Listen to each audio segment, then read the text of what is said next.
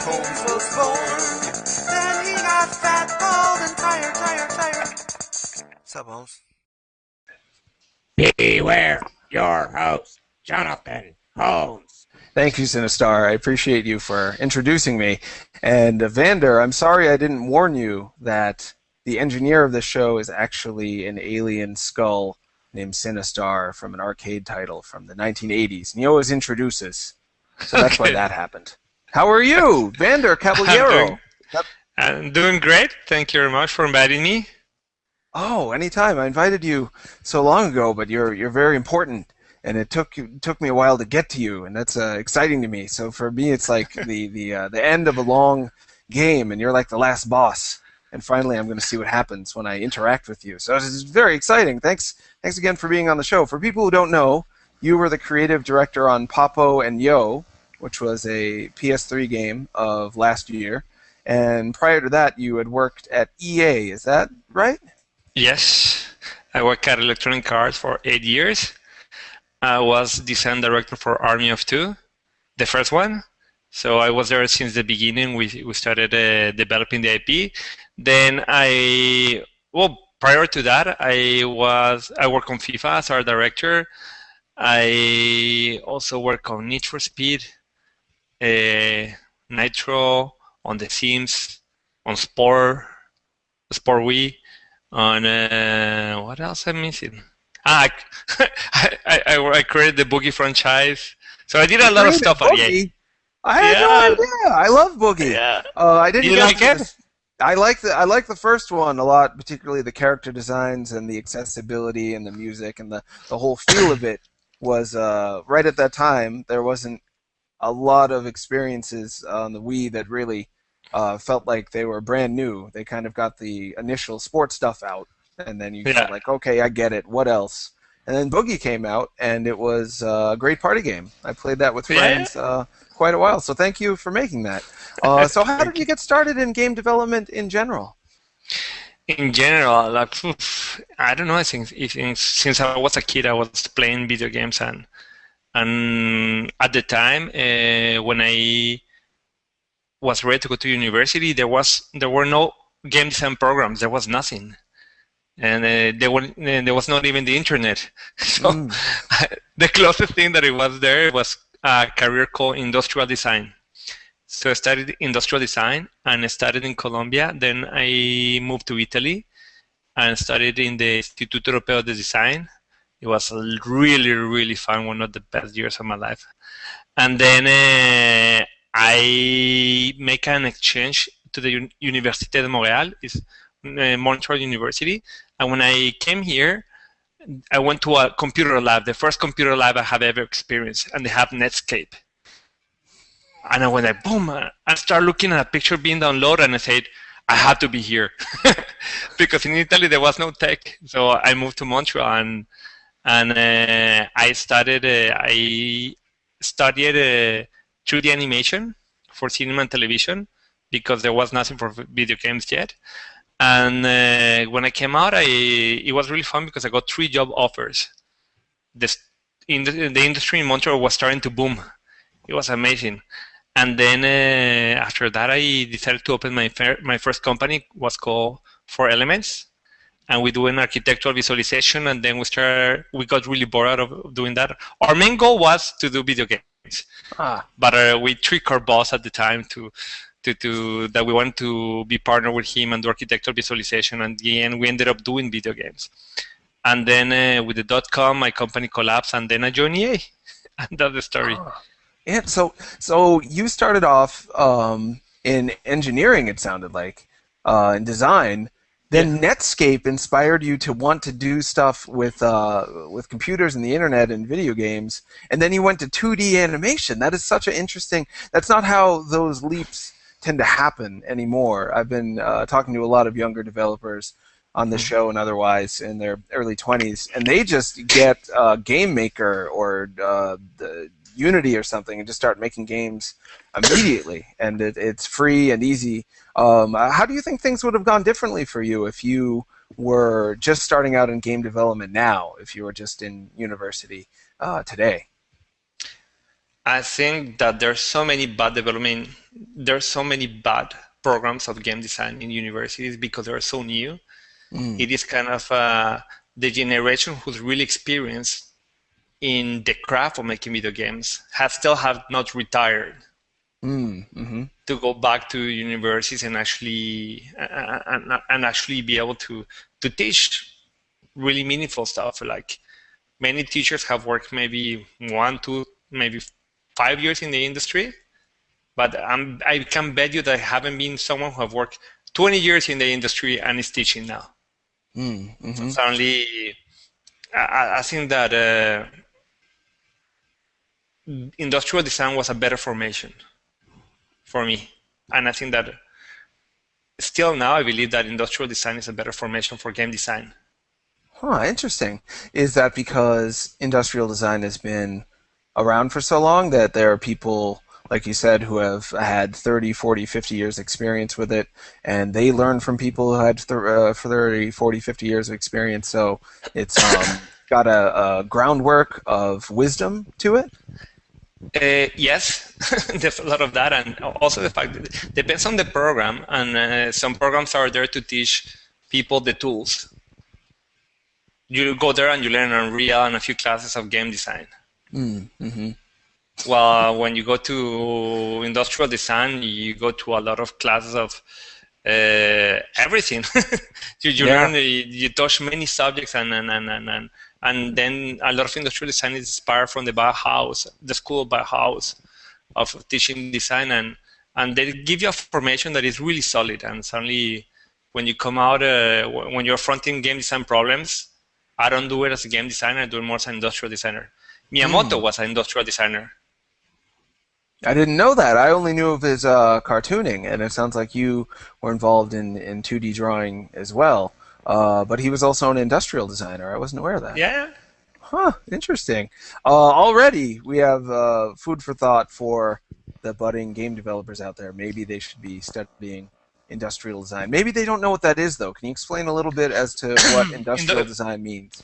So industrial design, it is the craft of designing objects to relate to humans, and it can go from a mouse to a car.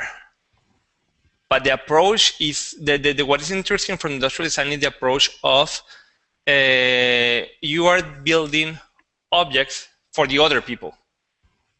For example, I was in a class, and then I remember the teacher told us, okay, in this class we're gonna design a glass. Now start. And then everyone put out the sketch pad and started drawing, and suddenly the guy said, like, after 15 minutes, he stopped us and said, like, okay, no one of you stood up no one of you went to the kitchen and bring a glass to actually experience it. And we're like, oh, bum. And that happened a lot. That happened a lot in game design right now, that a lot of it happens in our minds and not in the experientiation of what other people are doing, how other people experience it. So suddenly, when you do a game, you don't. The ultimate judge is not, do I think it's right in terms of interactivity? It's like I have to watch other people and see if they get it. So suddenly, it's more from the observation. So when industrial design teaches, like, it's more design from the outside than from the ego. Right, so right. So it teaches you to kind of have an inherent empathy for the one who's receiving what you design, as opposed to building it strictly from your own perspective. Yes. Huh.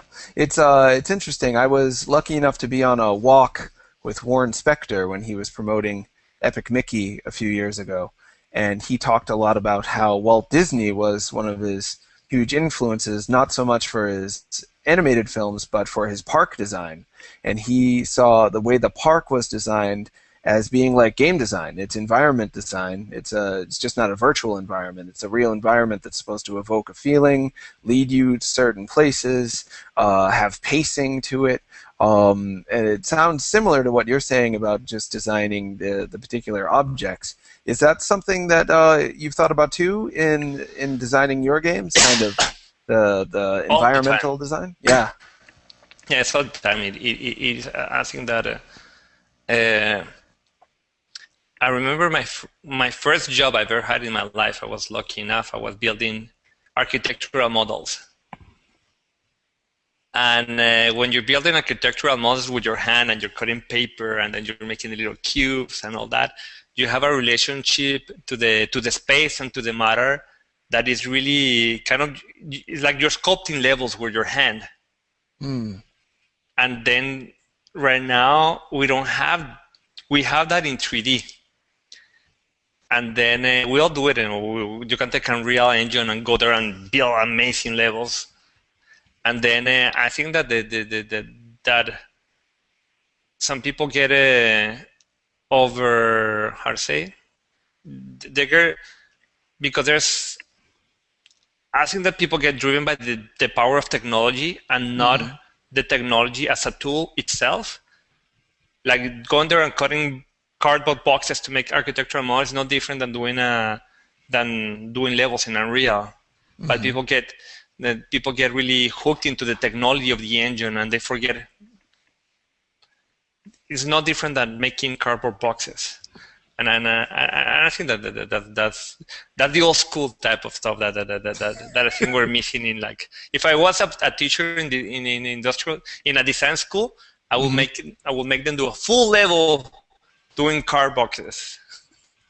That's a brilliant idea, and it immediately evokes a memory of Papo and Yo as you're moving little boxes around. But it's not just little boxes. It's in fact skyscrapers and tenements where people are living. That parallel is right there in your game design, Yes. which is awesome. Speaking of Warren Spector and also of David Cage, there are two guys that I think of as being in kind of the same ballpark as you in terms of philosophy of game design and just experience. But at the same token, they've been talking a lot lately, but I don't feel as though they've been putting their money where their mouth is, whereas you have.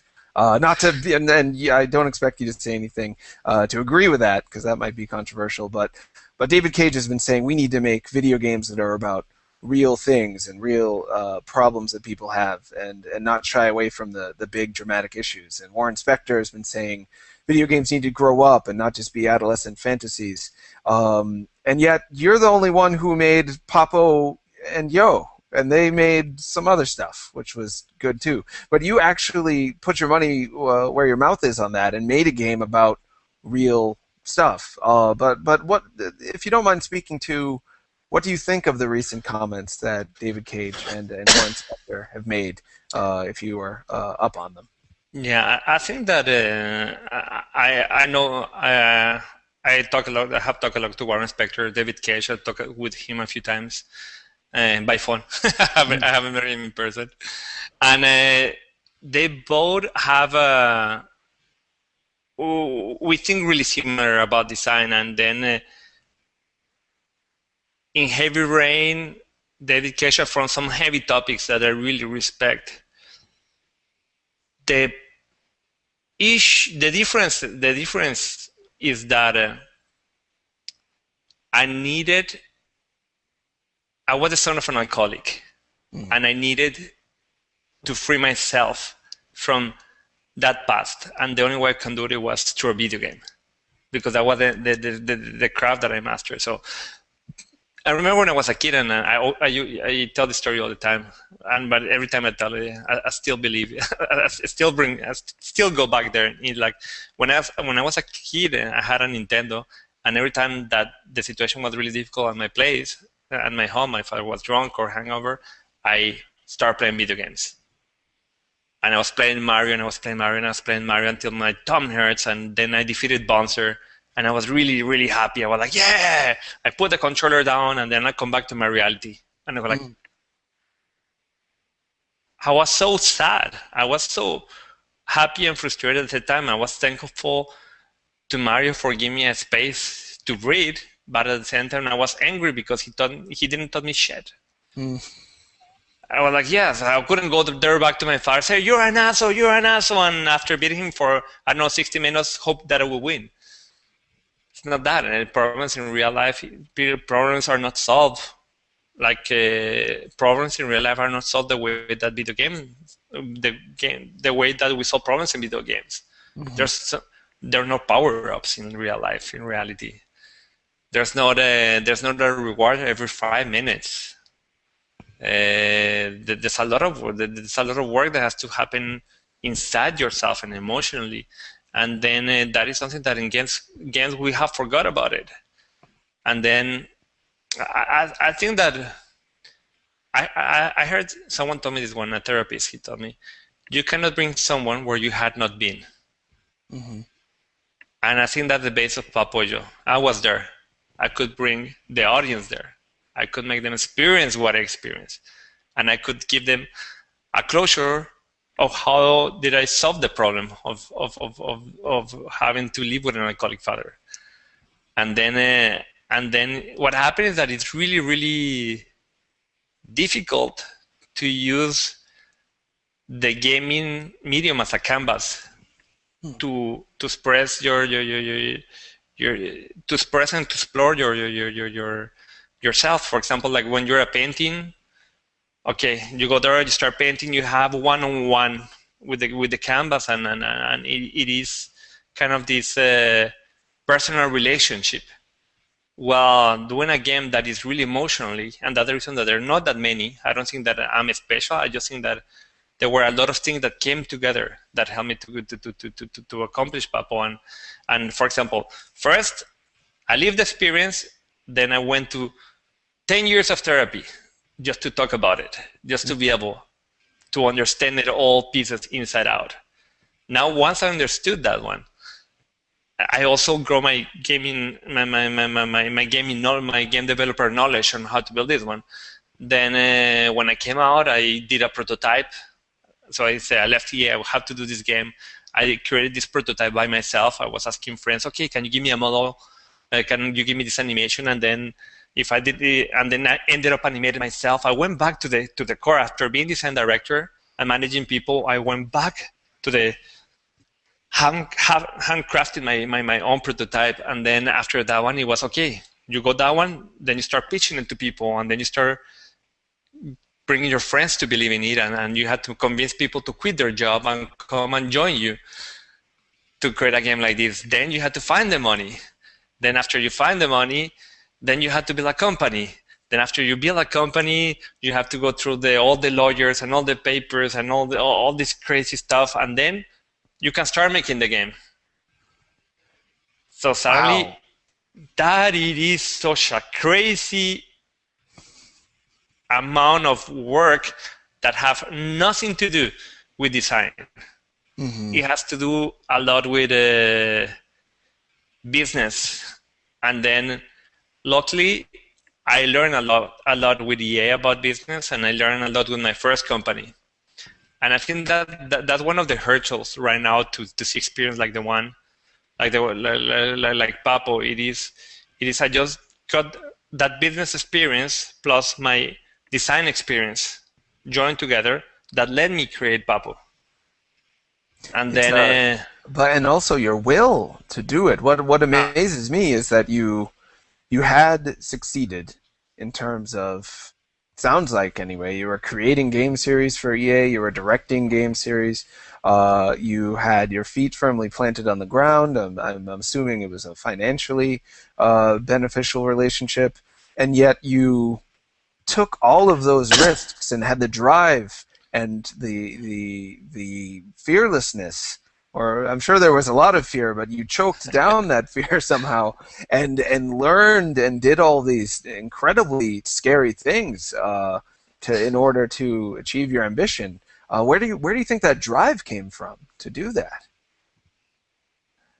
the drive, wanting to defeat my father. Mm-hmm. That was the drive. Now that I defeat him, I don't know, I have to take the drive out of my family. Sure. How to make my family happy is now my new drive. But it came out from there. Huh. And then what happened was I don't know. There's also this other side about making something right for society. I think there's something that I don't know. It is. I couldn't do any more shooters. I come from South America. I see war. I have seen war. Like I have seen bomb explode on people's hand. I have seen people getting killed. I've seen terrible things when I was in Colombia. And now going back and knowing that going portraying violence as something that is good, that you can have fun with it, and disconnecting people from the reality of human nature and cruelty, I couldn't do it anymore. I just couldn't do it. That's the reason I ended up Boogie. I just want to say, no, I want to go to the other side. I cannot do another shooter. It's impossible. And then when I see people doing those shooters, sometimes make me really, really sad knowing that they can actually go there and doing it and actually thinking that they're doing something good. I just can't deal with it. I don't think I don't know how they sleep at night. And Well, when you were doing it at the time, did you feel badly about it, or were you so focused on the concept of being able to prove to yourself that you could succeed in the industry, or were you just enjoying it at the time? No, there's a part of enjoyment, but I was blinded by the fear and the desire to succeed in an industry that is really hard. So suddenly sometimes people are able to do really stupid stuff just to belong to a part, or just to be admired by the others. And that's what happened in big corporations. People say like, oh, I got the promotion to direct the next shooter. And people go, oh yeah, great, thumbs up. And then like, wait. Forget about all those people. Forget about the peer recognition. Forget about the fear. Imagine that you have to do this, that you don't have to hear any one of them, and you have to do again for what you think is right. What is right for the society? What is right? What you can give to others. And believe me that none of those guys will ever do a shooter. I can guarantee you that. Yeah, in what I've seen anyway, with human beings in general, young people often are very focused internally on what can I do to make myself feel better, what can I do to make myself appear better to others. And then after a certain age, people start to look back, because they've had that experience that they can look back and say, what have I done? And I'm getting close to the end. What am I going to see when I'm at the very end of the road? Am I going to look back and say, oh, everyone thought I was really cool because I had nice clothes and I made a bunch of popular video games? Or am I going to be able to say, I did something that I thought really reflected who I was, and leave a piece of myself behind that's real? And I'm really glad it sounds like you got to that point some time ago, because you must have gotten to that point in order to push how hard you did. How long did it take for you to get to making Papo and Yo? Since I was a kid. Sure. Yeah, since I was a kid, since I was playing, since I defeated Bouncer. But from the time when you said goodbye to EA and you were going to dedicate your life to this project. 3 years. 3 years. Wow. Yeah. That is a long time. Yeah, I can only imagine how you survived through all that. So that's... Sometimes we sit down with my partner, like with Julian, the lead programmer, and sometimes we just sit down in his office, and then we look outside from his office and say, wow, we built a company. When did it happen? I bet when you're so busy solving all the problems, you don't notice that you're actually creating this huge structure, which is incredible. I did want to speak a little bit to what you were saying about shooters before. I thought you might find it interesting. We had a guest on the show a few weeks back who suffered from post-traumatic stress disorder. He had a strange variety of things that happened to him as a child, almost getting murdered by street gangs and home invasions and shootings into his home. And he said that violent video games for him were a way to try that on, to try on what it's like to be the bad guy, to get his anger and fear out, and then eventually put them away and say, I don't want to be that person anymore.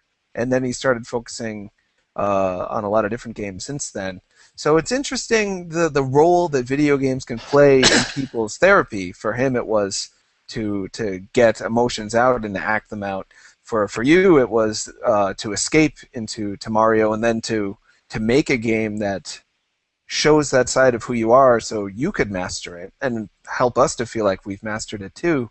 Why do you think it is that it's so rare for video games to be seen as this therapeutic device? Because it's so clearly an effective one. There are so many reasons.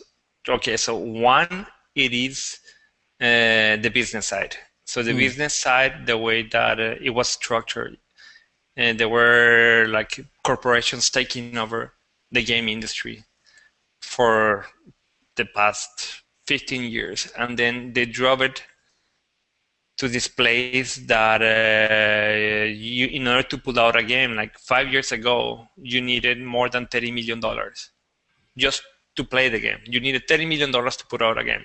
Under that, you couldn't do it.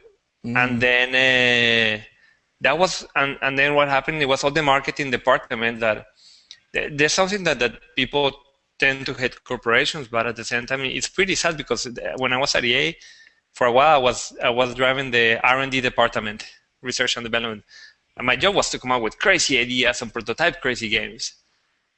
And I created so many beautiful games. And then, wow, am I lucky? And then I talked to other guys from other companies and say, oh, yes, we do the same. And then we were really proud of what we're doing, but they never came out to market. Huh. And the reason that they never came out to market is because they're public companies. And then they're there to make money for the investors. And the investors is your grandmother's pension. So suddenly, of course, it's like suddenly you have, if you're playing with the money of your grandmother's pension, you're not gonna risk it. So then what happened is that these crazy ideas get filtered out because they could hurt the price of the stock.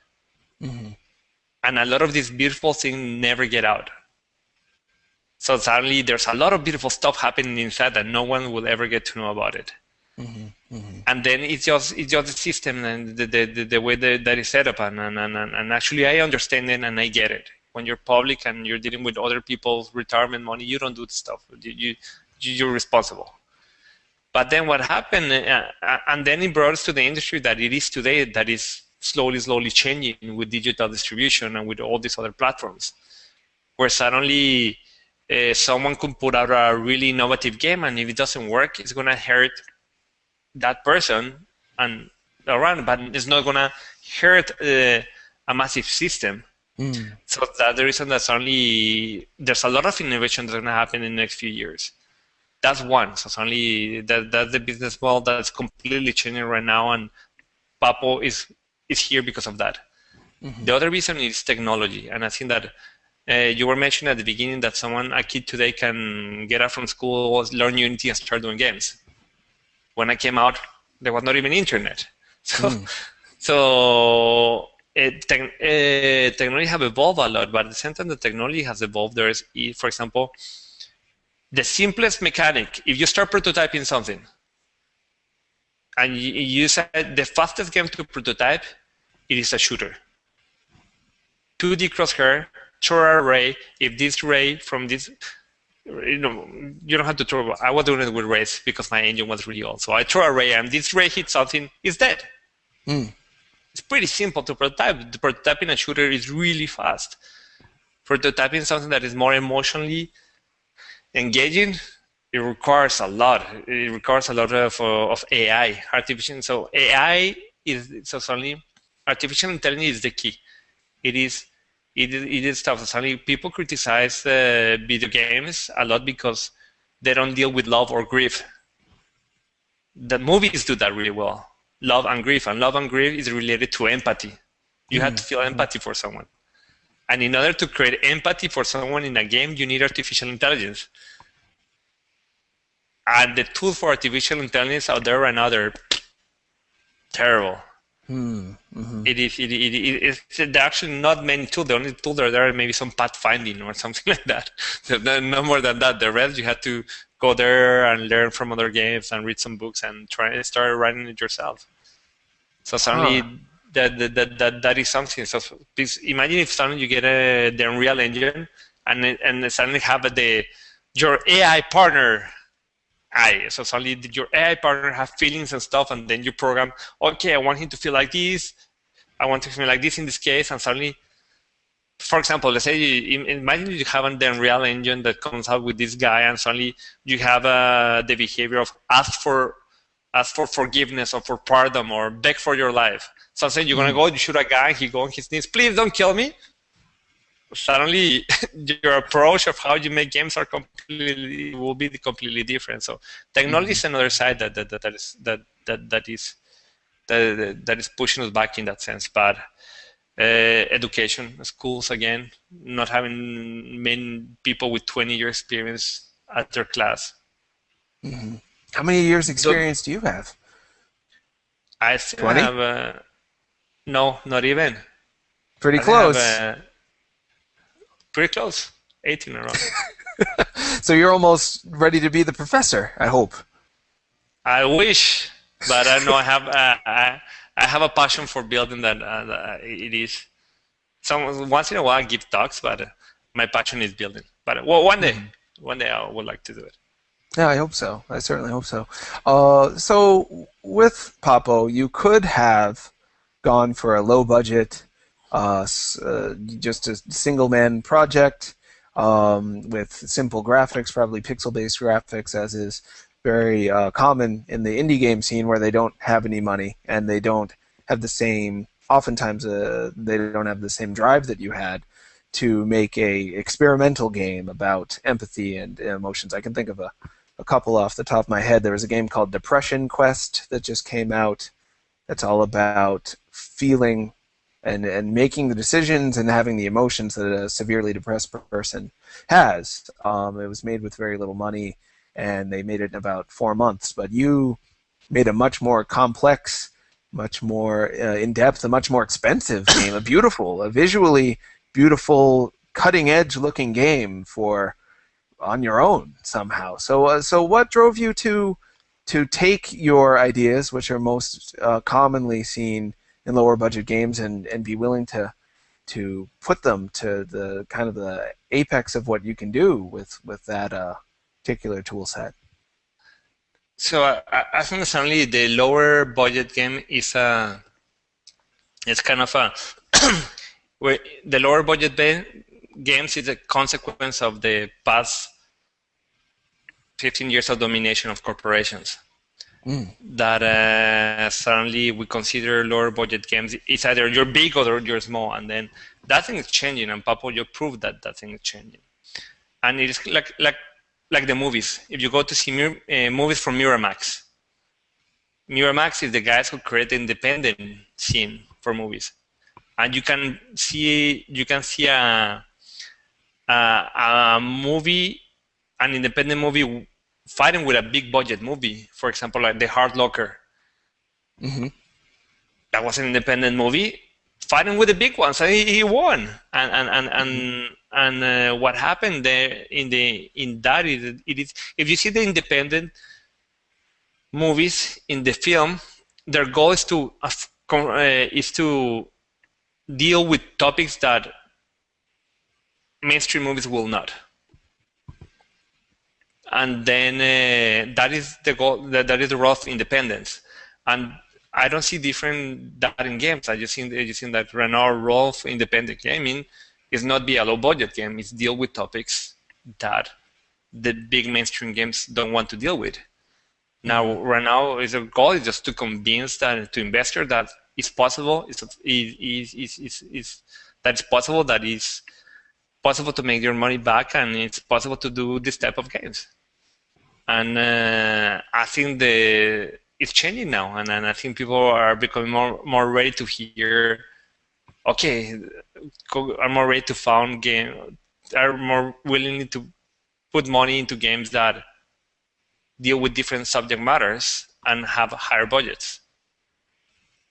Were you ever tempted to take less of a risk and make Papo a 2D platformer or just a game? No, I couldn't. I couldn't do that, because if I did that, I would be betraying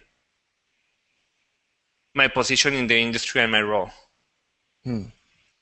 I could have done it, but I didn't want to do it. I said, no, we have to, man, because what happens right now with independent, and it's really hard, and I know that the guys doing independent games, they have little money, and they were doing it as hard as with their fingernails, surviving with with what they have. But then, if you take that approach, what happens is that you make those games not accessible. Mm. You suddenly you're cutting a big part of the population because only how many people actually play independent games? Not many. So suddenly, so suddenly I said, like, if I do that, I would not be doing helping anyone either. My goal is to take what I learned from big companies and apply that into independent side and actually be able to collect the money to create this game, to prove that we can actually make these bigger budget games. It was kind of a responsibility to do it. Yeah, not an easy one though. And how did you get the relationship with Sony in order to bring it to the PS3? Because that was a large component of the. Suddenly we're really, really lucky to be in Canada. So what happened in here in Canada, there's a lot of grants from the government to support the arts and independent filmmaking. So suddenly a lot of so what happened is that the government, there was a lot of money going to independent filmmaking, and then they started making surveys, and they realized that in 5 years from now, more people want to be playing video games than watching films or watching TV. So they took a bit of money and they started investing this independent money on multimedia products, games. And then when you take that funding, independent film funding, now gaming funding, with a publisher funding like Sony, boom, you get a high budget independent game. And I think that there's so much money out there for independent films that if people are able to leverage that system and move that money from independent films, the same budget, bring it to independent games and marry that with a publisher, we're going to see a lot more games like Papo happening. I hope so. I'm sorry, go ahead. No, I was talking to a lot of people in Europe, and then in Sweden and other countries, they're doing similar stuff. There's a lot of money that governments are investing in the development of technology, and technology is video games. And you'll be surprised that there's a lot of grants out there. Just go there and find them. And when you find those grants from the government, you have to marry that money with a publisher money. Publisher will be more than happy to match the investment from the other one, because what it does to them is give them a higher quality product with a reduced risk. So it's a win-win for everyone. So sometimes you get money from the government or from a fund. Don't think that that's the only money you have right away. Go find other money, and you'll be surprised that people will be willing to give you money. So it's not, when you get the grant from the government, it's not as though you're saying to the government, this is nonprofit, this is for charity. You're just saying, I'm an artist and I want to be able to create art to better society, and sure, I might end up turning it into a profit deal so I can survive, and then take that money, show to the publisher, you can be more confident in me, I've already got a base to start with. It's a really good plan. So far, if I'm going to become a game developer, industrial design first, grant money second. Am I doing it right? Yes. No, but become industrial designer or game designer, you find a good school. I'm sure there are many good schools. But evaluate the school that you're going, and don't assume that because they're giving a game design program that is good. Mm-hmm. There are some few schools there that are good. So suddenly find the good schools. Then someone had to pay for your learning and your fuck-ups. So get a job at the developer if you can. I make so many mistakes, and EA pay for them, and I learn through those mistakes. If you're learning with your own money, it's really expensive and it's really, really painful. So someone can pay for your learning, go for it. And then it is once you're ready, it is government subsidies married with publisher subsidies, and then you'll be That's rolling.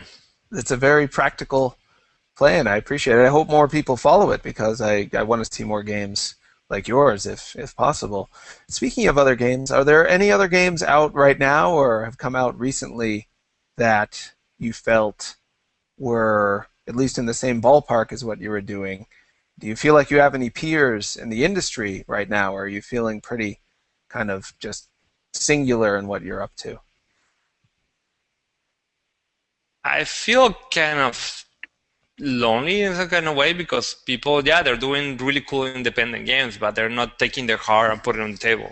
Mm-hmm. It requires a lot of therapy and a lot of having maybe coming from a fucked up childhood, having a fucked up childhood, and then so then yeah, no, I have an independent friend here that doing a really good job. But the thing that I feel sad is certainly it is, man, if you could just put out your heart there, your heart on the table with this game, your game will go so much further because Mm. that's what people want. That people want, like I think something that is really really great about Papo is all the mails that we get from fans.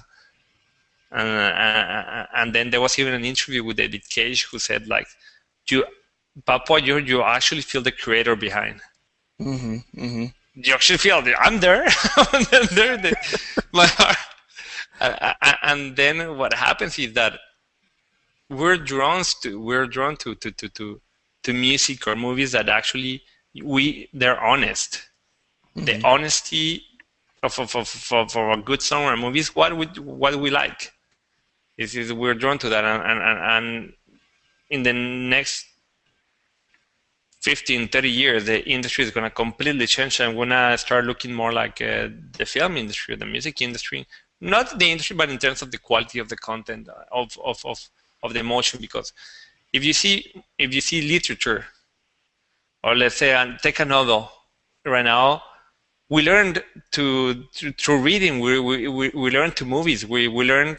So suddenly, when you get out of university and you want to learn about life, you learn in books and in movies. Mm-hmm.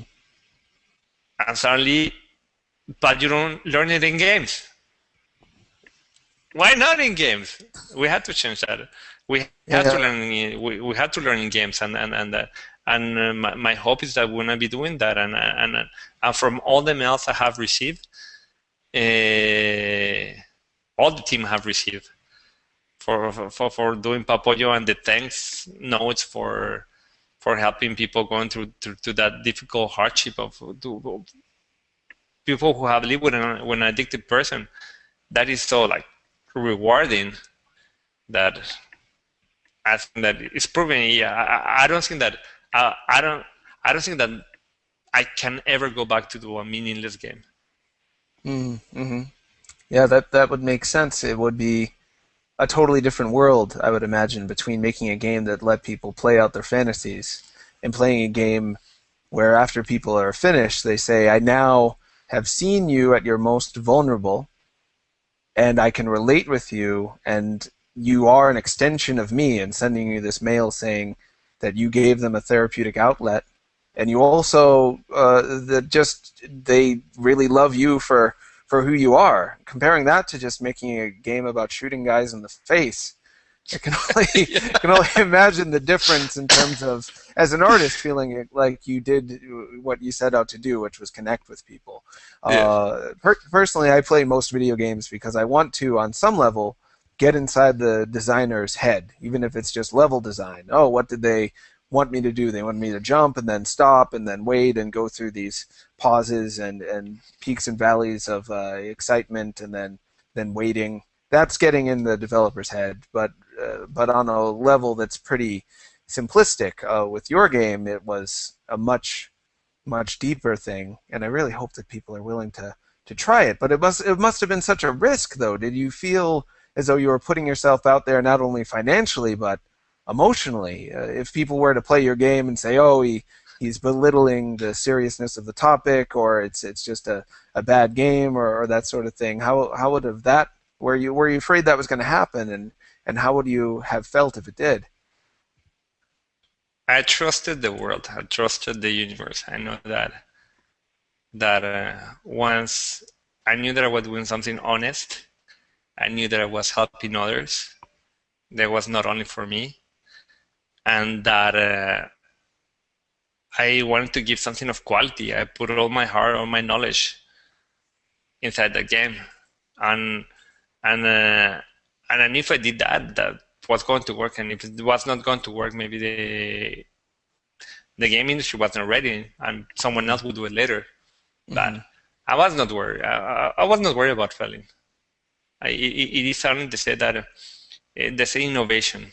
For example, innovation. What is funny when what someone calls innovation is a thing of timing. So you have a great idea and you come out too early, you're crazy. If you come out too late, you're a copy. If you come out on time, you're innovating. So, And do you feel like you were mostly seen as innovating? I feel that you were, but did anyone ever say you were copying or that you were crazy? no. Like, yeah, some people say, like, some people saw the crazy. No, the copying that they haven't here, but I have here the crazy. So we're almost we're close between craziness and innovation. So it was. So you're still a little bit on the cusp of it climbing up, which speaks Yes. to what have you had any thoughts as to what you want to do? And maybe you already have plans that you don't want to share, but maybe you can give us a general idea of where your head is at now in terms of what you want to do moving forward. You'd mentioned that you want to make something that was to the benefit of your family. Would that be a game about family dynamic, or would that be a game for your family to learn from? No. As in right now, when I was referring to my family, I was referring to the well-being of my family is me being present as a dad for being present for my family and my kids. That's my dog crying. Oh, I can't hear him, but maybe you can get him in the shot. My dog is sleeping. Here it is. Ah. And then that were referring to my family. No, but when it comes to making something good for the gaming community and for gamers and for non-gamers, it is making emotional games, making games that come from the heart, and that it actually affront topics. We tackle topics that the mainstream will not never tackle. For example, bullying, heart, love, heartbreaking, and we're going in that vibe. So I told you two topics that right now we're dealing: bullying and love. Huh. Okay. Sounds very bullying and love. It's two sides of There's two games. It's two different games. two different games. Yeah, I could see how they would play off each other because they're polar opposites. That's bullying is the exact opposite of love. Love being full connection. Bullying feeling like you're being treated like nothing but an object that's to be used however the bully would choose. Well, we'll probably get some questions in real quick. I want to prepare for them. If so, is there anything before the questions start? Is there anything that you wanted to talk about that we didn't quite cover? What an innocent face! I appreciate it. Here are some questions. The first is from R. Xanadu. He asks, with Papo Yo behind you, will you be working on other games or stories from your life? Yeah, those games you mentioned, bullying and love, are those taken from personal experience? One of them it is. The The other one is for someone else in the team. Huh, interesting. Yeah, and Because it shouldn't be ignored that you do have a fairly large team, and it sounds like you guys have a very good family environment for your workspace. yeah, it is. I always believe, like I told you before, you cannot bring someone where you had not been. So certainly, I really believe that the person, if my bullying, it was not my experience. It was someone. I live bullying in a different way, but bullying and a person in the team live bullying in a really specific way, and supporting him into make that into a game and share the experience. And so it sounds like the love one maybe from your experience. Yes. It's not. Let's put it there. Let's leave it there. It's too early. Sure, I won't push you further, but I will say that after the grueling, Papo is such a it fills you with, for those who haven't played it, it fills you with such a sense of wonder and innocence and whimsy, and you just enjoy being there, and that you continue to enjoy being there until you start to get your heart really crushed, and you engage in this relationship that you can't help but want to be a part of, but at the same time it's so painful and difficult. And I'm just excited for, in my mind, the sequel to Papo is about just love. I just want him to win and have love. So hopefully that's the feeling I'll get I will from say it. nothing about it. Yeah, I understand. Crackety Jones asks, do you think game creators can make games that tackle serious issues and also games that are just silly and over the top, or should they focus on one or the other so to be taken seriously? I think that it depends on the style. Like it is comedy, like Charlie Chaplin. It was coming. He did amazingly. He told some amazing stories. Some really goofy and funny. Some really hard. So it depends on each one's style. So certainly my style it is to bring into this nice space, make you feel comfortable, then boom, here's the harsh reality. Deal with it. Some other people are just gonna be some people are just gonna be goofy and over the top and cynic. That's another way of doing it. There's no one way of doing it. I think there's only one thing to respect is the honesty and your desire to connect with your audience in any way or style you do.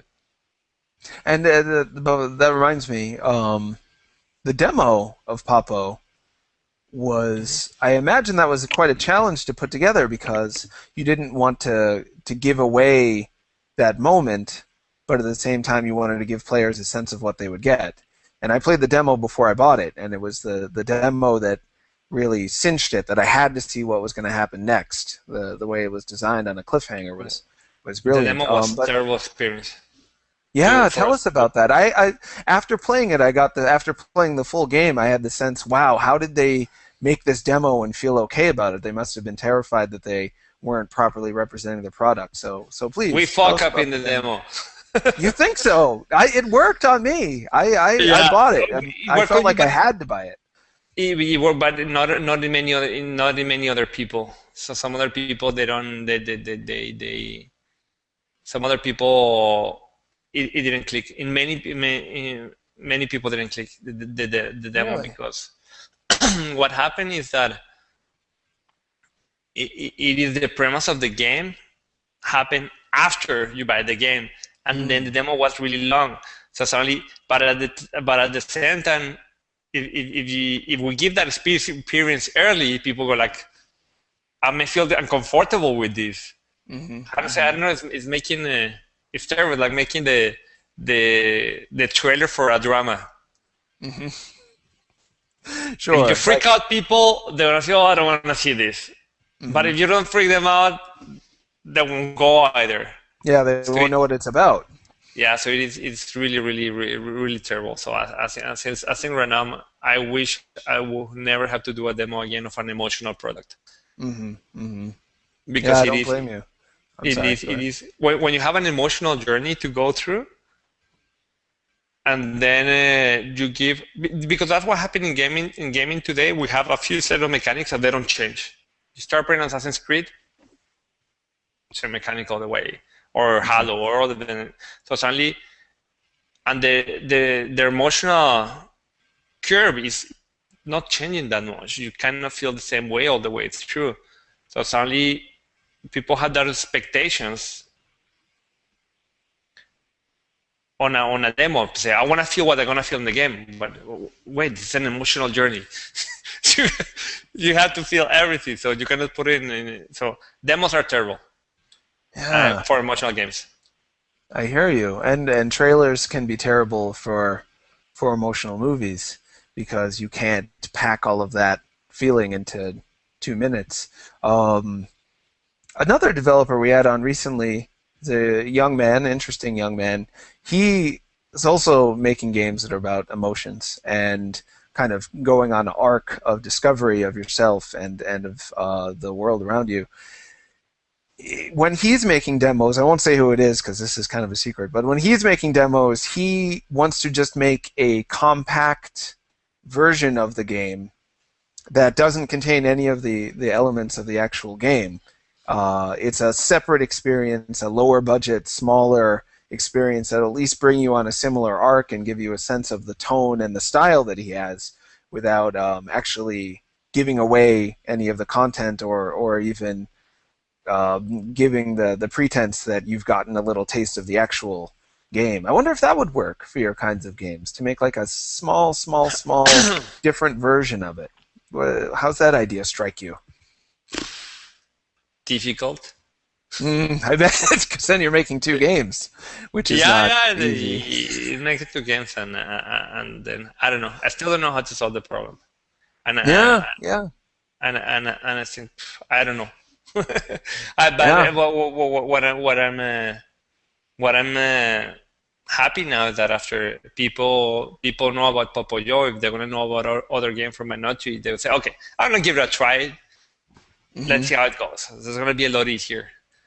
But Right. So now that you've established yourself, people know your style and know your intent, that they can trust on that and purchase in the future. I hope so. Yes. And again, personal experience, the demo really worked for me. I got a sense of where you were at mentally, and I got a sense of your style, and I wanted to see what was happening next. So it wasn't all bad. I don't think. I got a yeah. We got some good feedback. So we got a part of the gamers, but we lost a big part of the more casual players. The more people would say like, oh, I heard about this. Let's try it. Oh, okay. It's not interesting. So. Those puzzles where you're building a giant skyscraper using cardboard box were so. Oh, I'm getting all flustered. Don't mind me. I want people to like your game. I'm mad about it. Osifrakrat asks, was Papo and Yo? Everyone's got to get it right from now on. Papo and Yo, was it always the game that it is? Were there any earlier versions that experimented with different gameplay?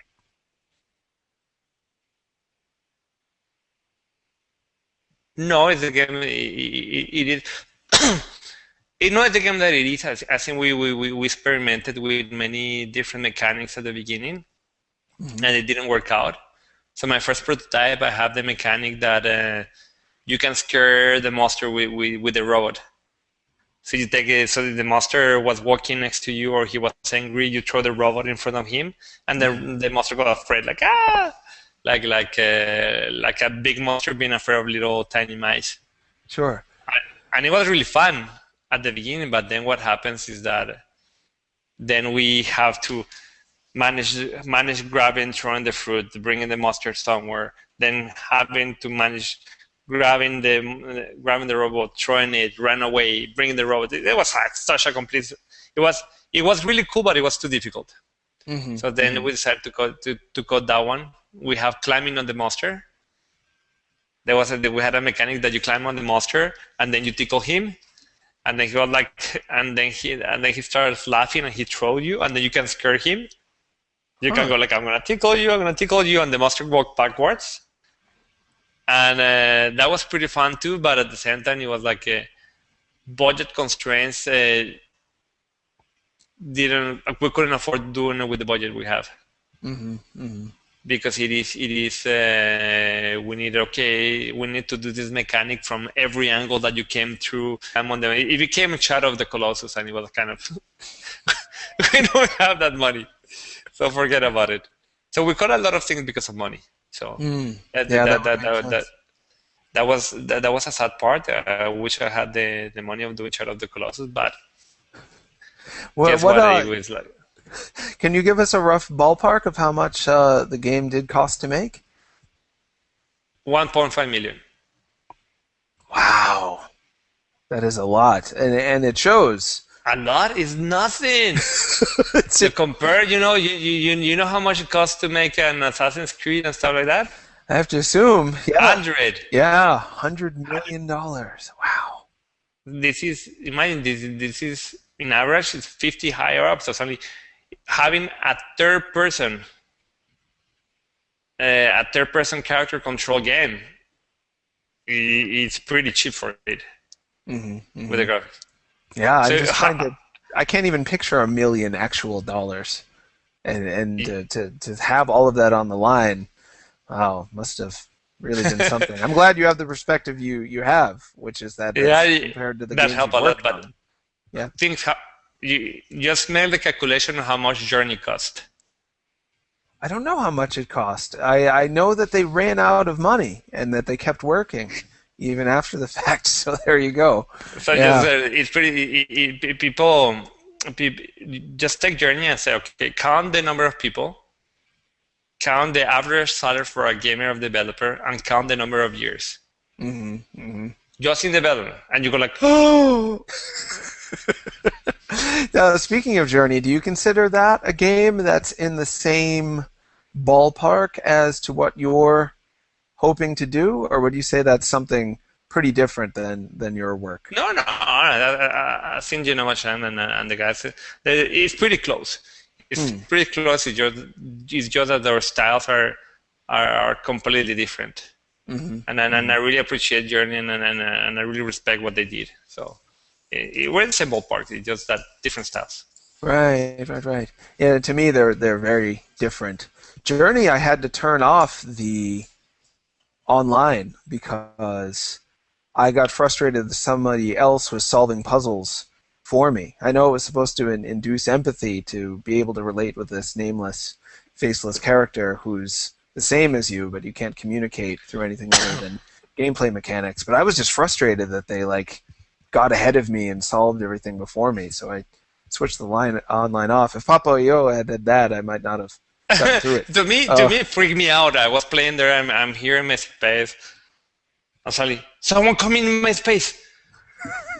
How should I behave? So suddenly, all the game I was behaving badly. I had to be polite. I don't want to piss him off. What he's doing. What if I go in front too fast? So it was all this. It was kind of remind me of a first date.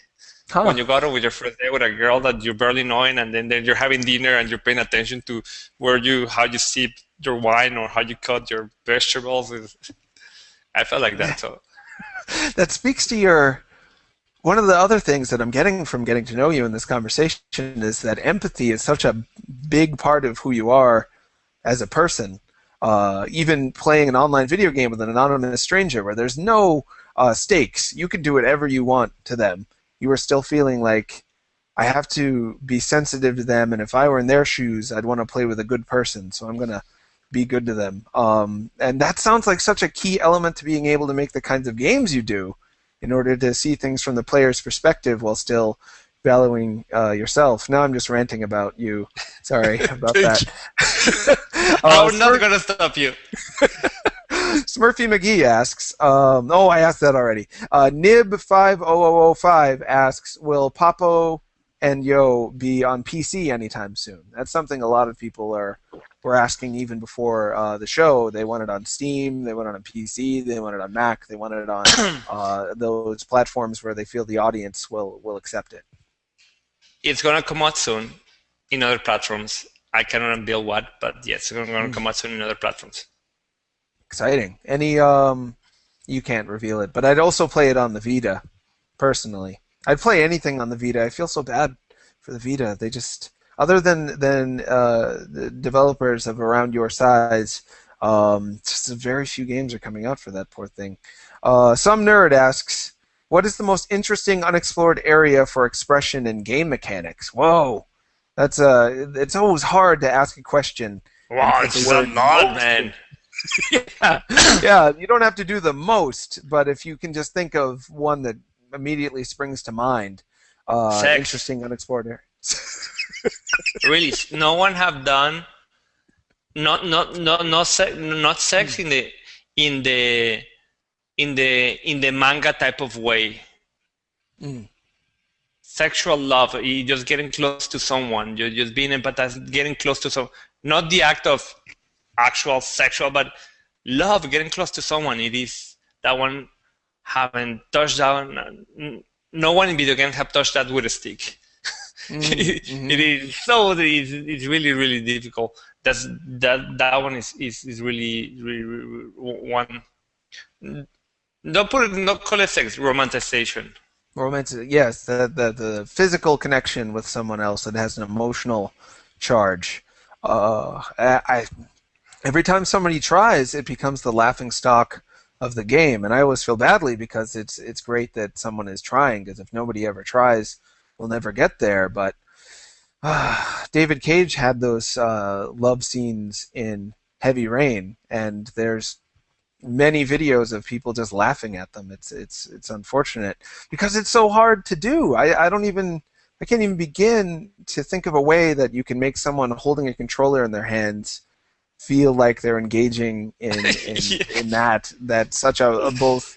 It's a primal experience. It's a very animal, instinctual experience, but it's also the highest level of connection on a very human, very advanced level that we can achieve. How can you do that with a video game? Can it be done? I don't know. I hope so. I'm working. I want to work on that one. I want to see if I can get. I really hope you do work on it. I have a lot of optimism for your capacity to at least push it farther and get closer than those have in the past. Also, for Krat asks again, do you think all games that tackle difficult issues need to be conventionally fun? And that's a great question. It's actually one I meant to pull back from. When you were talking about the stuff you had to cut from Papo, it sounded like it was because it just didn't work. There was budget constraints, but you also didn't have the money to make it the game and presumably to make it fun. So do you feel as though you have to balance making the game enjoyable to play so people continue versus putting in the content like grief and like loss that are higher concept? Is that a balancing act you consciously have to engage in? Let me give an example that comes from the from the movies. It's really funny.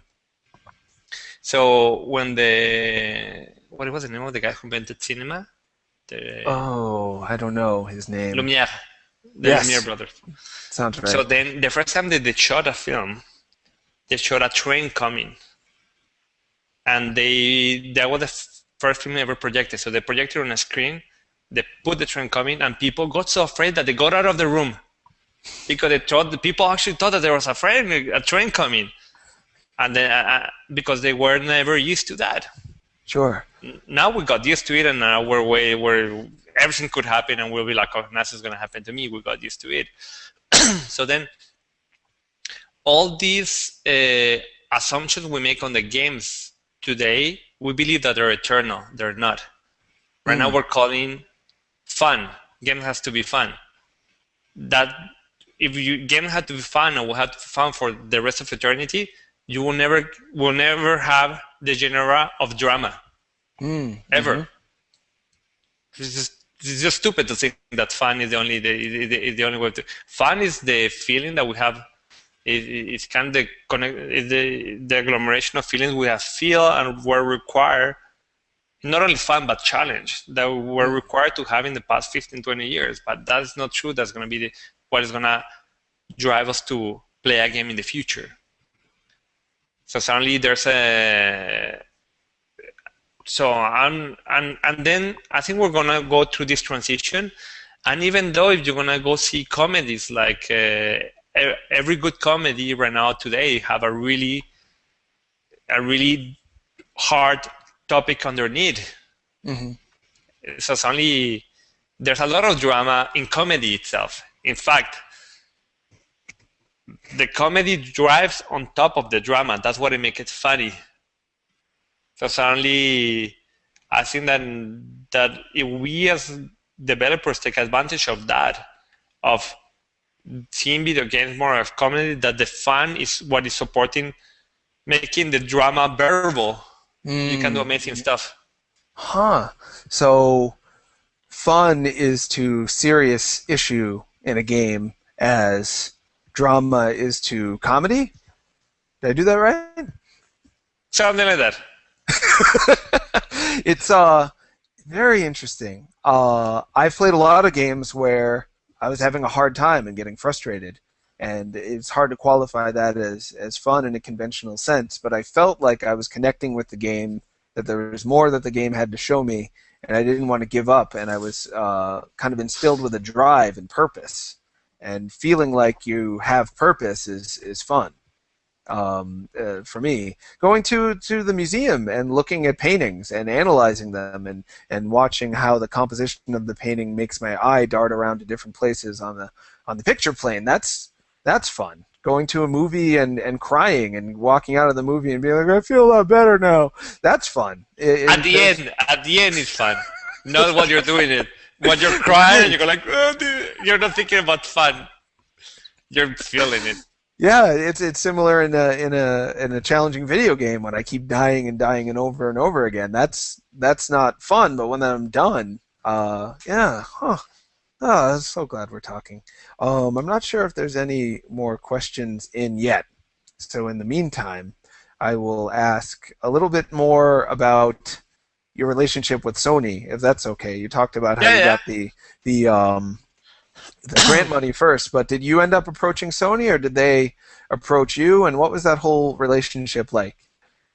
There was a Sony event in Montreal, and then they came to the studio, and then to the basement at the time, and we start showing them Papo, and it was amazing since those guys in the pop phone especially, they're really, really good. I have never had a development partnership as good as I have with them. It was so cool. They really respect you as an artist. They really respect your vision, and they support you. And they help you to make it happen. That's what is great. Mm-hmm.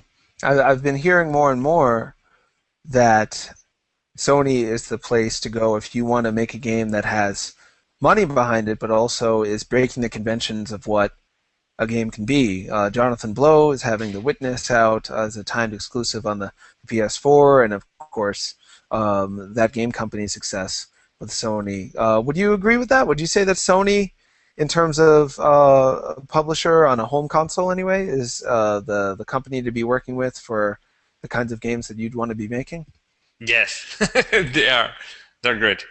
Have you ever talked to any other developers or publishers? Yeah, I have talked to other developers. I have talked to other publishers, and it is different because I'm not going to mention all the other parts, but many people have what I've talked to have different relationship that they were not as that suddenly the content created what being questioned. And that it is really hard sometimes for. It was not my experience, but if suddenly someone come to tell me, no, you should not be doing this, you should be doing that, I go like, I jump and kill them. This is my life. So if suddenly you're doing a really personal game about something, it's better that you find the right partner to not get frustrated in the middle. Absolutely. That makes a lot of sense. Do you have any thoughts on the PlayStation 4? It's kind of a big thing. Got announced recently.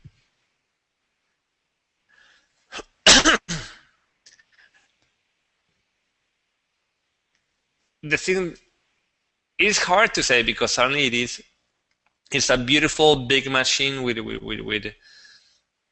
lot of power. They develop the best tech all the time. It's beautiful, but at this point, I think that what is more intriguing to me is gonna be how accessible it's gonna be to independent developers that they're smaller, and that the part that I'm more interested in it. How I wanna bring different set of content, and then when Gaika was saying that, it was saying something really, really interesting. Was it like, we're gonna be backward compatible, we're gonna bring all the content from the past. Suddenly when Gaika came in, he's making okay, there's no limitation for anything that goes inside. And that part is really, really cool. So I just hope that part was there at the beginning. Yeah, it would be. I imagine a lot of developers want to work at the PS3 level and can't afford to work on the PS4 level, but they still want to feel welcome on the PS4 platform, Yes. and I certainly hope that happens. Do you see that as the big shift that might be happening with the next generation of consoles? It's something that a lot of people I've talked to who've been in the industry for a long time are still kind of, they don't know what's going to happen next. There was a kind of a obvious escalation in the power of the machines being what drove the reason to buy the next one, and then the Wii just kind of disturbed the whole thing by throwing motion control and higher accessibility into the mix, and that's kind of dispersed out into the Microsoft and Sony consoles.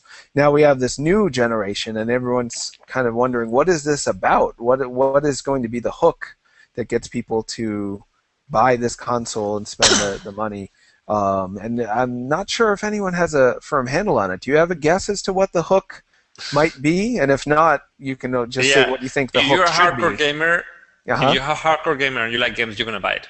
Yeah. It's kind of, I'm gonna buy it. We're all gonna buy it. We're all guys who really like, who are really hardcore gamers. We're gonna buy it.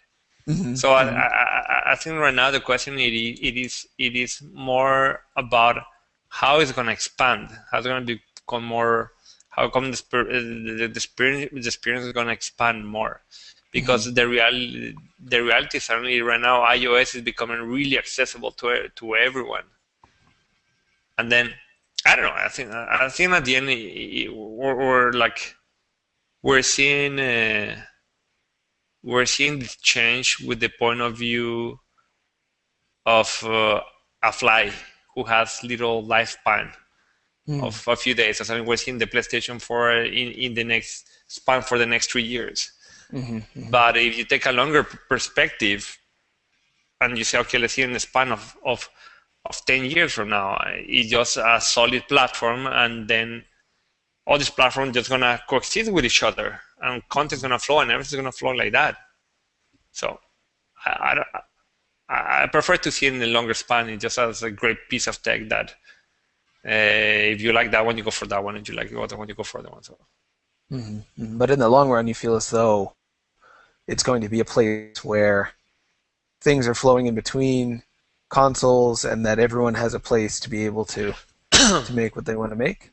Yes, I see it. I think there's going to be the really high-end experiences that we all want to play, and there's going to be an open slate for a lot of other type of content. That's the only way to win in the long run. Like, I'm sure they're all going to have it.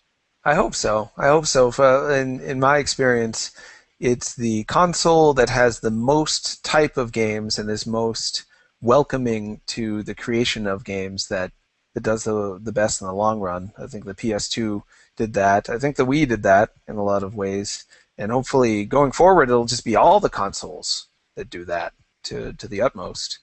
It makes for a more interesting world. Well, we have about 12 minutes left, and I've been wondering how to broach more of the topic of the real nuts and bolts of Papo and Yo, because we've talked about it kind of in general, but the specifics, for people who haven't played it, it might be good to get into that a little bit, but I don't want you to spoil it either. But in terms of how autobiographical it really was, you don't look exactly like the main character in the game, but there's definitely some cultural similarities, and how you went about trying to transplant your own memories into this game, and how much is accurate and how much is more metaphorical.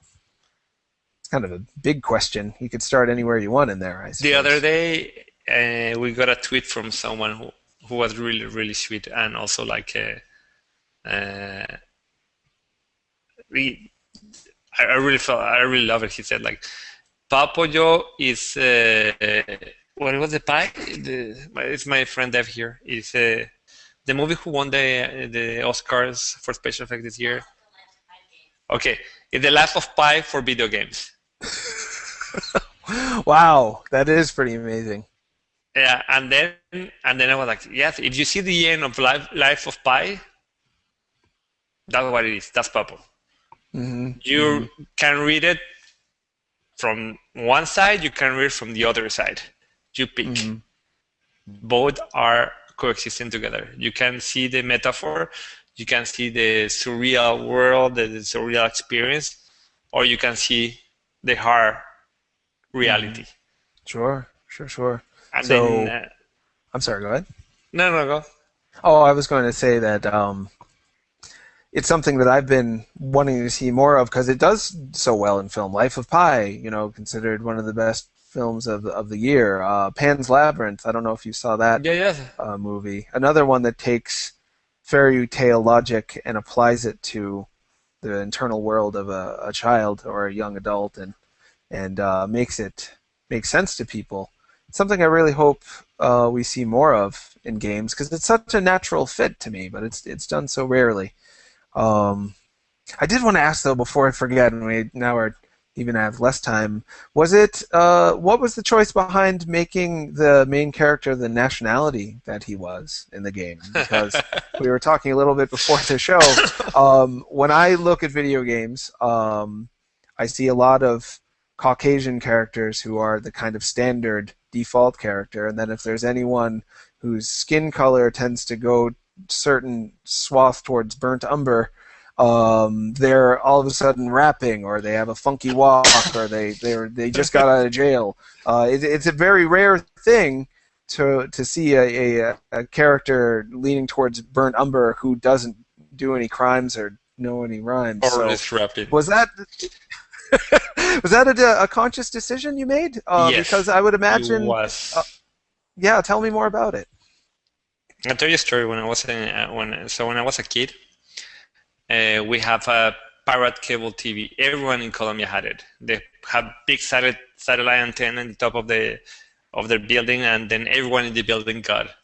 So I grew up watching HBO, and I remember when in my 14, 15-year-old, going to bed at minimum 1 or 3 o'clock, watching movies every night, and then I wake up next day in the morning, I look myself in the mirror, and I see myself as like, am I gonna get the girl? I don't have blue eyes, I'm not blonde. And I grew up like that, and then many South American kids grew up like that. And I said, no, fuck, I'm gonna change that. So, but we're working in Army of Two. I remember that we were designing the characters, and Rios and Selem, and then there were 2 Caucasian guys. And I was in the middle and say, if we make 2 Caucasian guys, I leave now this team. and then Tyson Rios came in. So suddenly we have an immigrant who being a hero. And then when I went to the Papo, I just remember watching Call of Duty. We're playing Call of Duty on that scene that they go to Rio on the favelas, and you get down from the helicopter and you kill 300 people, and then you climb back in the helicopter. It was terrible. It took away all dignity from those people living in the favelas, and say, no, it's I want to tell the other side. I want to tell a different story. I want to bring dignity to the people in the favelas. I want to show people that the poverty, that take away that fear that the only way you can be in a favela in South America is with a gun. It's not true. So then, so it was deliberately, and one of the things that the key of Kiko starting with a private school character, where he's wearing a blazer. He's wearing a blazer from a private school, and he's in the favelas. So it was kind of a way to connect to connect people to the fact that to the fact that he was a rich kid too, living in the favela. So it was all a play in people's head. So it worked out. Yeah, it worked out very well. It played against type and made me feel like I was dealing with something that wasn't trying to just feed me my own expectations and say, oh, we know this is marketable. It sent that message right away to me that it was a personal story about an individual and not just an attempt to fit into whatever the lowest common denominator's concept of what those characters might be. So once again, great job. And I hope you continue. Thank you very much, man. No problem. I hope you continue along those lines. Oh, more questions happened. I don't want to be rude to them either. Ideology Light asks, do you believe that AAA game development has found itself in an evolutionary cul-de-sac? I think I know what cul-de-sac means. It's not good, as I recall. If so, what will this mean for smaller indie and mid-tier game developers? I think there have never been in a game industry such a great opportunity as we have now for independent developers. Ever. Right now, you can pull out a game from $5,000 to with $1 million, even with 500,000, you can pull out a game on a console.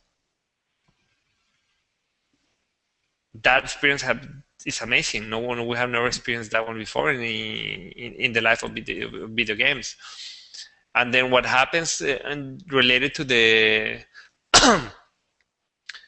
to the question of hitting a dead end, the AAA game hitting a dead end, and I think that what usually happens in an industry where the investment is so high and they're so risk aversive, there's a wave that fights back that. And for example, that happened in the movies in the 70s, where movies start becoming really expensive, studio movies, then everything has to be really predictable. And then Star Wars came out. So what happened in Star Wars, George Lucas, Oliver Stone, all those guys came from that era of really predictable cinema. And then they said, okay, this executive producer said, okay, we're making really boring movies. People are not coming back anymore. Who's young out there? Who's doing crazy stuff? Do crazy stuff. And if you're going to see Star Wars in the making of the first one, when you see George Lucas talking about the scene when they're in the bar, and all the film crew was saying, this film is going to flop. A movie in the middle of the desert with puppets moving in a bar. This sucks. So there's going to be a wave of retaliation of independent developers doing crazy stuff just to bring new flesh into the AAA. I hope so. I hope that, and it seems to already be happening. I mean, the last year's Game of the Year awards on whatever channel that comes on was like nothing I'd ever seen before in terms of Walking Dead winning Game of the Year and Journey winning awards instead of just the games that you expected to see win, the games that were like the games that came out the year before, games that offered something different. It's happening. I hope so. I hope you're a part of it. I hope you're leading the crest. I'm already a part of it. I'm here. I'm talking about a crazy game. But beyond that, I hope you are part of not just the movement, but I hope you're at the front of it and somehow. I mean, what if it? This will probably be the last question, but what if you become so successful that all of a sudden you're the president of the next EA? What if, like George Lucas, who started off the little guy with a strange idea trying to become mainstream, and now he's gotten there, people have questioned where his creative blood lies anymore, whether he's lost all of it and spent it on creating this huge empire. How would you feel if in 20 years you're the head of a huge company with making huge budget games? I never asked myself that question, but I always have. I never thought together, but if I get there one day. I think it might happen at this rate. No, I don't know, man. But someone said, if you really want to test the character of someone, give them power. Mm-hmm. And that's something. My father had a lot of power. He was really an evil person. And then every time that I have a bit of power, I'm so careful on every decision that I take and everything that I do. And that I think for me a big example is Oliver Stone. No, it was Coppola. Coppola have done amazing stuff. He have really moved the film industry forward. And then at some certain point say, I'm making wine. And then if you see the film of her daughter and the people he has support, they're really good. So Sure. So at some point you may just be teaching class and making wine, and that wouldn't be too bad. oh, that would be my dream. Yeah, well, I guess we're at the end of the. Jeez, I hope you got to say everything you wanted to say. I ended up talking more than I wanted to, which often happens. No, man, it was great. I have a great time. Oh, good. Me too. And you're, of course, welcome back on the show in the future. We'll have to make sure we don't kick someone else off. But before we go, they should follow you on Twitter. It's at we_r_minority. Is that correct? No, it's, Twitter. Yeah. We_ and we are minority.com. Oh, I think. And I'm sorry if I'm not that much in Twitter. It's just that I'm so old school. I'm getting old. I cannot. No, you're making the right choice. Twitter can be a lot of fun, but when you're in the mode of making, it can give you a lot more to receive than you might be up for at the time. So that makes a lot of sense. I get stuck in it myself, and I should be more productive. So they can follow you there. They can play Papo and Yo on the PS3. It's still on PSN, so definitely check it out. And soon on other console. And soon on other consoles will be. No. Sorry, not in another console. In other platforms. Other platforms, yes. Yes. That's what we meant. Don't misquote us, you journalist jerks out there. And I'm at TronNots on Twitter, and you can watch the show on Twitch TV every Sunday, 1 p.m. Pacific Standard Time, 4 p.m. Eastern Standard Time. It also gets recreated in podcast form on iTunes, and that usually goes out every Tuesday. So please do check that out. And I think that's about it for me. Okay. Vander, thank you so much. Thank you very much. Bye-bye. Really appreciate it. Take care. Bye.